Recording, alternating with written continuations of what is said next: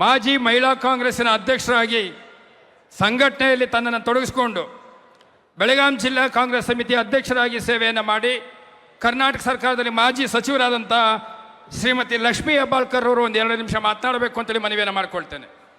ಬೋಲೋ ಭಾರತ್ ಮಾತಾ ಕಿ.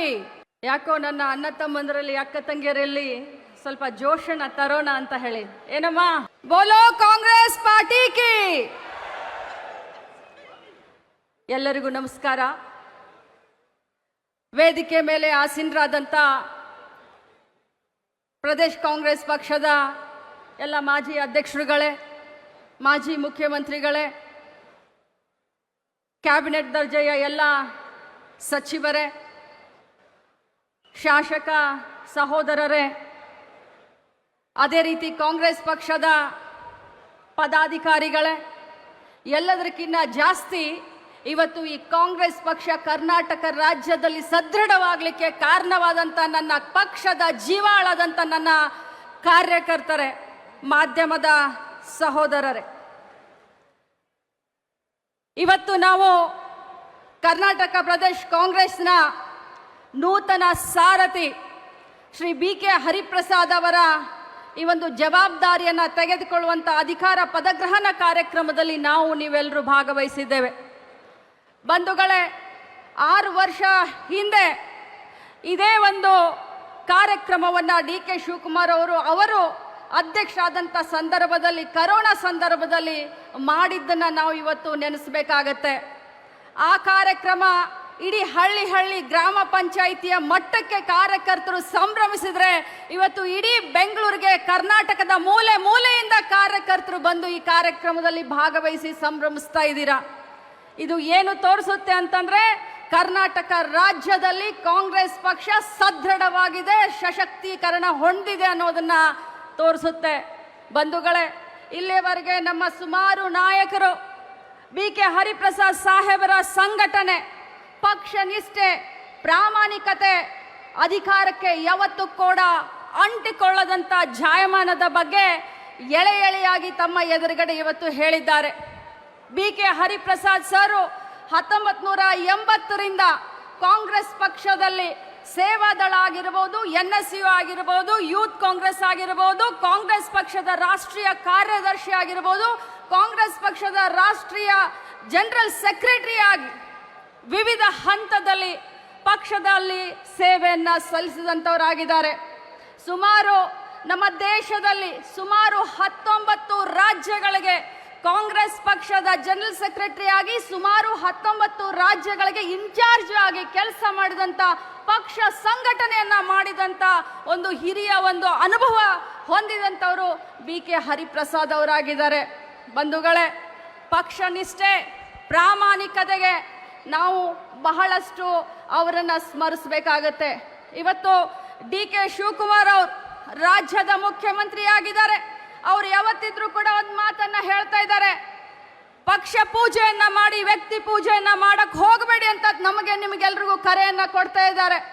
ಅವ್ರು ಇನ್ನೊಂದು ಮಾತನ್ನ ಹೇಳ್ತಾ ಇದ್ದಾರೆ, ಅದನ್ನ ನಾನು ಈ ಸಂದರ್ಭದಲ್ಲಿ ಹೇಳಲೇಬೇಕು. ಕರ್ಮಣ್ಯ ವಾಧಿಕಾರಸೆ ಮಹಾಫಲೇಸು ತದಾಜನ ಅಂತ ಹೇಳಿ, ಏನು ಅಂತಂದ್ರೆ, ಕೃಷ್ಣನ ವಾಣಿಯಂತೆ ಕರ್ಮವನ್ನ ಮಾಡು, ಫಲ ತನ್ನಿಂತಾನೆ ನಿನ್ನ ಮನೆ ಬಾಗಿಲಿಗೆ ಬರುತ್ತೆ ಅಂತ ಯಾವಾಗಿದ್ರು DK ಶಿವಕುಮಾರ್ ಅವರು ಹೇಳ್ತಾ ಇದ್ರು. ಅವರ ಪಕ್ಷ ನಿಷ್ಠೆ, ಪ್ರಾಮಾಣಿಕ ಪಕ್ಷ ಸೇವೆಯನ್ನ ಮಾಡಿದ್ದಕ್ಕೋಸ್ಕರ ಇವತ್ತು ಹೈಕಮಾಂಡ್ ಆಗಿರಬಹುದು, ನಮ್ಮ ಮಾಜಿ ಮುಖ್ಯಮಂತ್ರಿಗಳಾದಂಥ ಸಿದ್ದರಾಮಯ್ಯನವರಾಗಿರ್ಬೋದು, ನಮ್ಮ ರಾಜ್ಯದ ಪ್ರತಿಯೊಬ್ಬ ಕಾಂಗ್ರೆಸ್ ಪಕ್ಷದ ಕಾರ್ಯಕರ್ತರಾಗಿರ್ಬೋದು, ನಾಯಕರಾಗಿರ್ಬೋದು, ಇವತ್ತು ನಾವು ಅವರನ್ನ ಮುಖ್ಯಮಂತ್ರಿ ಸ್ಥಾನದಲ್ಲಿ ನೋಡ್ತಾ ಇದ್ದೇವೆ. ಅವರು ಬಹಳಷ್ಟು ಕನಸನ್ನ ಹೊಂದಿದ್ದಾರೆ. ಅವರು ಇವಾಗ ಮುಖ್ಯಮಂತ್ರಿ ಆಗಿರಬಹುದು, ಆದರೆ ತಾವು ಯಾವಾಗಿದ್ರು ಹೇಳ್ತಾ ಇರ್ತಾರೆ, ಮೊನ್ನೆ ನಡೆದಂತ ನಮ್ಮ ಶಾಸಕರ CLP ಮೀಟಿಂಗ್ನಲ್ಲಿ ಹೇಳಿದ್ರು, ನಾನು ಮುಖ್ಯಮಂತ್ರಿ ಅಲ್ಲ, ನಾನು ಸೇವಕ, ನಾನು ಕಾಂಗ್ರೆಸ್ ಪಕ್ಷದ ಕಟ್ಟಾಳು ಅಂತ ಅನ್ನುವಂಥ ಒಂದು ಭರವಸೆಯನ್ನ ಮತ್ತು ಸಂದೇಶವನ್ನ ನಮಗೆ ಹೇಳಿದ್ದಾರೆ. ಬಂಧುಗಳೇ,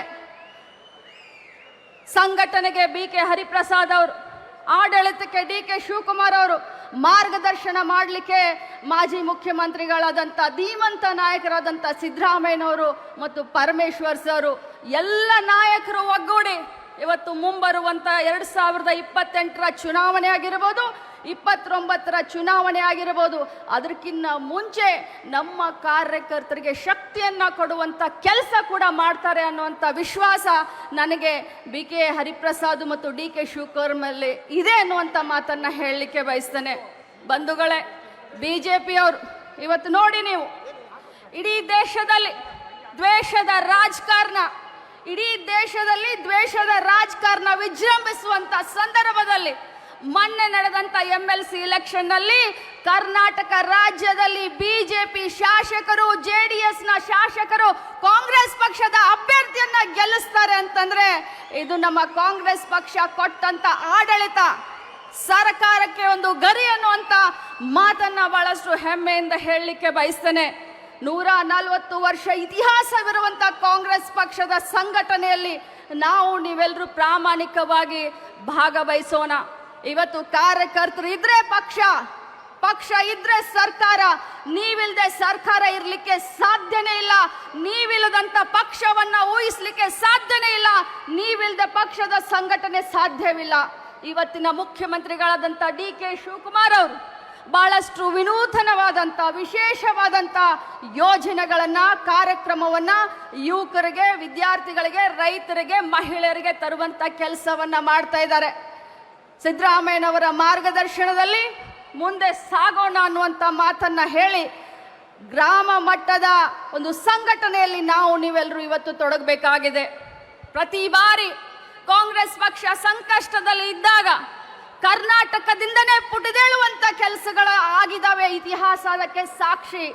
ಬನ್ನಿ, ನೀವೆಲ್ಲರೂ ಕೈ ಜೋಡಿಸೋಣ. ಮತ್ತೊಮ್ಮೆ ಇಡೀ ದೇಶದ ರಾಜಕಾರಣದ ದಿಕ್ಸೂಚಿಯನ್ನ ಕರ್ನಾಟಕದಿಂದ ನಾವು ಕೊಡೋಣ ಅನ್ನುವಂತ ಶಪಥವನ್ನು ನೀವೆಲ್ಲರೂ ಮಾಡಬೇಕಾಗಿದೆ. ಬಂಧುಗಳೇ, ನಾನು ಆಯೋಜಕರಿಗೆ, ಎಲ್ಲ ನಮ್ಮ ಪಕ್ಷದ ವರ್ಕಿಂಗ್ ಪ್ರೆಸಿಡೆಂಟ್ಗಳಿಗೆ ನಾನು ಧನ್ಯವಾದವನ್ನ ಹೇಳಲಿಕ್ಕೆ ಬಯಸ್ತೇನೆ. ಅದ್ಭುತವಾದಂಥ ಕಾರ್ಯಕ್ರಮದ ನಿಯೋಜನೆಯನ್ನ ಮಾಡಿದ್ದಾರೆ, ಅಚ್ಚುಕಟ್ಟಾಗಿ. ಇತ್ತೀಚಿನ ದಿನದಲ್ಲಿ ಪ್ರಾಮಾಣಿಕವಾಗಿ ನಮ್ಮ GC ಚಂದ್ರಶೇಖರ್ ಅವರು ವರ್ಕಿಂಗ್ ಪ್ರೆಸಿಡೆಂಟ್ ಆದಮೇಲೆ ಬಹಳಷ್ಟು ವೇದಿಕೆ ಕಾರ್ಯಕ್ರಮ ಆಗಿರಬಹುದು, ಸಂಘಟನೆ ಆಗಿರಬಹುದು, ಹಗಲಿರುಳು ತಮ್ಮ ಒಂದು ಟೈಮನ್ನು ಕೊಟ್ಟು ವಿಶೇಷವಾದಂಥ ಒಂದು ಕಾಳಜಿಯನ್ನು ವಹಿಸ್ತಾ ಇದ್ದಾರೆ. ಅದರ ಜೊತೆಯಲ್ಲಿ ನಮ್ಮ ಮಹಿಳಾ ಕಾಂಗ್ರೆಸ್, ಯೂತ್ ಕಾಂಗ್ರೆಸ್, NSUI, ಸೇವಾದಳ ವಿವಿಧ ಶಾಖೆಯ ಅಧ್ಯಕ್ಷಗಳು, ಪದಾಧಿಕಾರಿಗಳು ಬಹಳಷ್ಟು ಆಸಕ್ತಿಯನ್ನು ತೆಗೆದುಕೊಂಡಿದ್ದಾರೆ. ನೀವೆಲ್ಲರಲ್ಲೂ ಒಂದು ಕೊರಗಿದೆ. ಪಕ್ಷ ಸರ್ಕಾರಕ್ಕೆ ಬಂದು 3 ವರ್ಷ ಆಯಿತು, ಪಕ್ಷದಿಂದ ಇನ್ನೂ ಕಾರ್ಯಕರ್ತರನ್ನ ಗುರುತಿಸುವಂತ ಕೆಲಸ ಆಗಲ್ಲ ಅನ್ನುವಂಥ ಒಂದು ಕೊರತೆ ಇದೆ. ಆದರೆ ನಾನು ನಿಮಗೆ ಭರವಸೆಯನ್ನ ಕೊಡ್ತೇನೆ, ಅತ್ಯಂತ ಶೀಘ್ರದಲ್ಲಿ ಈ ಎಲ್ಲ ನಿಮ್ಮ ಆಶೋತ್ತರಗಳನ್ನ ಈಡೇರಿಸುವಂತ ಕೆಲಸವನ್ನ ನಮ್ಮ ಮಾನ್ಯ ಮುಖಂಡರುಗಳೆಲ್ಲ ಮಾಡ್ತಾರೆ ಅನ್ನುವಂಥ ಭರವಸೆಯನ್ನ ಕೊಟ್ಟು BK ಹರಿಪ್ರಸಾದ್ ಅವರ ಈ ಒಂದು ಸಾರಥ್ಯದಲ್ಲಿ ಮುಂಬರುವಂತ ಪ್ರತಿಯೊಂದು ಚುನಾವಣೆ, ಅದು ನಮ್ಮ ಬೆಂಗಳೂರು ಮಹಾನಗರ ಪಾಲಿಕೆಗೆ ಸಂಬಂಧಪಟ್ಟಂಥದ್ದು ಇರಬಹುದು, ಜಿಲ್ಲಾ ಪಂಚಾಯತ್, ತಾಲೂಕ್ ಪಂಚಾಯತ್, ಗ್ರಾಮ ಪಂಚಾಯತ್ ಇಲೆಕ್ಷನ್ ಇರಬಹುದು, 28, 29ರ ಇಲೆಕ್ಷನ್ ಇರಬಹುದು, ಅವರ ಸಂಘಟನೆ ಜೊತೆಯಲ್ಲಿ DK ಶಿವಕುಮಾರ್ ಅವರ ಆಡಳಿತ, ಚಾಣಕ್ಯ ನೀತಿಯನ್ನು ಉಪಯೋಗಿಸಿಕೊಂಡು ಕರ್ನಾಟಕ ರಾಜ್ಯವನ್ನ ಮತ್ತೆ ಕಾಂಗ್ರೆಸ್ಕರನ್ನ ಮಾಡುವತ್ತ ನಾವು ಹೆಜ್ಜೆ ಇಡೋಣ ಅಂತ ಮಾತನ್ನ ಹೇಳಿ, ತಮ್ಮೆಲ್ಲರಿಗೂ ಕೂಡ ಇಷ್ಟೊಂದು ಸಂಖ್ಯೆಯಲ್ಲಿ ಇಲ್ಲಿ ಭಾಗವಹಿಸಿ ನಮ್ಮೆಲ್ಲರ ಆತ್ಮವಿಶ್ವಾಸವನ್ನ ಹೆಚ್ಚಿಗೆ ಮಾಡಿದ್ದಕ್ಕೆ ತಮ್ಮೆಲ್ಲರಿಗೂ ಕೂಡ ನಾನು ವಂದಿಸಿ, ಈ ಒಂದು ವೇದಿಕೆ ಮೇಲೆ ಇರುವಂತ ಎಲ್ಲ ನಾಯಕರಿಗೂ ಕೂಡ ವಂದಿಸಿ ನನ್ನ ಮಾತನ್ನು ಮುಗಿಸ್ತೇನೆ. ಜೈ ಹಿಂದ್.